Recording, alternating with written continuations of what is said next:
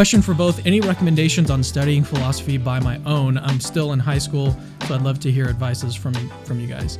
So I'll start this one. So I didn't study philosophy formally at all. I didn't go to college for it or anything. I have a bachelor's degree in science and audio production. So that's like the extent of my formal education beyond high school. So and basically the way that I got into it was just by reading books, and that's like one of the reasons why I haven't actually gone, because like people have offered to like pay, like give me a complete full ride scholarship to their school, and they're like the president of the school, so like obviously they can like set that up, and it's partly because the channel is so well known now. Like if I did that and I advertise it and stuff, it'd be really good for the school. That's not really necessary for the point I'm trying to make. But the reason why I haven't gone to school, even though I could just do a full ride, is because it's not necessarily necessary to do that if your goal is to grow in knowledge. Because what you can do is you can just buy books, and you can even you can hook up with a professor, or maybe even an ex-professor who used to be a professor in philosophy of religion, and just ask them for a reading list of like books that you should read. And you can definitely learn as much as you would getting a full degree just by reading books on your own. The difference, the difficulty when you're an autodidact, when you're like someone who just tries to do it all yourself, the difficulty is that you don't have there's no one else that is sort of pushing you. You don't have much motivation in some cases to read what you need to read in order to really have a competent grasp. And also, obviously, you don't get like any of the accolades or degrees that come with an accredited degree from a school. So you don't have that by your name. You can't say that even if you have the same amount of knowledge as someone who does, you don't have that by your name. So that's like kind of a downside. But if it's really just about knowledge for you, then you can do it just by reading books. But like I said, there are some barriers, some obstacles in the way, which is like kind of based on yourself. It's like, how disciplined can you be on your own when you have like a school-like structure there that's like forcing you to take tests and to grade and stuff like that. Is you can say that it's better. I think it really depends on you and what your goals are. But yeah, I think that's pretty much, those are my thoughts. What about you, Joe? Yeah, so that was all quite excellent advice. So I have a few things to add. And I've said this in one of my videos, I think I gave 7 tips, and I think I have them, I tried pulling them up while you were giving your answer. So I said this in my 3K AMA video or whatever, when someone asked me a similar question. So one thing that I would say, or the first thing that I'd say, so I'm just going to go through my 7 tips. The first thing that I'd say is definitely read, right? Read. Good philosophy, both sides of an issue. Okay, don't just take notice, moreover, of the issues themselves when you're reading, but also take notice of how the authors think about and explore the issues. Think about how they evaluate the arguments, not just what they say, the content of what they're saying, but try to figure out how are they evaluating the arguments. Are they saying this is question begging? Well, what do they mean by that? What is the current dialectical context? Who has the onus of justification or the burden of proof, and so on? So try to explore the issues, yes, but also when you're doing so, when you're reading, take notice of the strategies, the methods, the tools that the authors are using to evaluate claims, to evaluate arguments, and so on, and try to incorporate those into your own thinking, into your own writing, into your own engaging with reading, as well as in your own sort of conversations, debates, and so on. Now, I also recommend, so what should you read, right? Well, there's a lot of stuff to read that's good philosophy. I would recommend checking out, so I have a video called What is Philosophy? And I put this video together for people who have this question of, I'm trying to get into philosophy. What should I read, right? I'm trying to be a good critical thinker with respect to philosophy. I want to be able to follow these debates. I want to be able to come up with arguments of my own and evaluate sophisticated arguments put forward by professional philosophers. What should you do? Well, go to this video and look at the book recommendations that I have at the end. I think I give 13 different book recommendations, and they include things like The Philosopher's Toolkit, David Papineau's Philosophical Devices. I have a book, The Majesty of Reason, A Short Guide to Critical Thinking in Philosophy, which will definitely help you. And they all basically just serve to introduce you and guide you through the subject in a way that teaches you about not just what to think, but how to think about these sorts of philosophical topics. That's the first thing that I'd say, read. The second thing that I'd say is discuss, right? Surround yourself with people who are smarter and more well-read than you, and discuss with them, right? That's what's nice about like a classroom setting, because you're the professor and you can go to office hours, and a lot of times your peers will also be super interested in it. But you can also find this online, right? You can find forums, you can find discussion groups on Facebook, you can email professors, you can direct message people, and you'll be able to get conversations going. The key thing is to surround yourself with people who are smarter and more well-read than you. The third thing that I say is, well, when you're writing, try to write as clearly as possible, as concisely as possible, and precisely as possible. So plausible, I think I said that. So don't include any fluff in your writing, like, oh, ever since the dawn of time, humans have thought about the mind. And you're like, no, don't include that.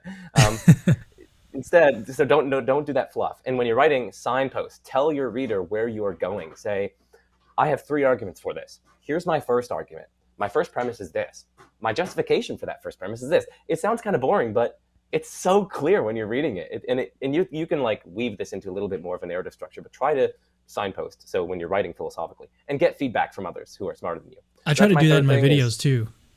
Yeah. Signposting. Exactly. Yeah, like the video that I did on responding to Alex, a whole bunch of signposting throughout the whole thing. Yes. It's so crucial. Oh my goodness. It helps with clarity. It helps with organization. You're like, listen, I just covered 3 responses to his response to my first argument. So like, it helps people track the dialectic, because we miss out on that so much. We forget to see all the steps that we took to get us to this little nook and cranny in the dialectic. So that's the third thing that I would say is, with respect to your writing, be sure to write clearly, precisely, concisely, signpost, don't add fluff. Okay. The next thing that I would say is try to understand, whenever you're in a dialogue or discussion, who has the burden of proof, and try not to get lost when you're talking about that, because sometimes person A will give you a positive argument for some kind of conclusion, trying to convince B to accept that conclusion. Now, person B might call into question one of the premises. They might say, well, hey, that premise assumes such and such, but like, why should I accept that such and such?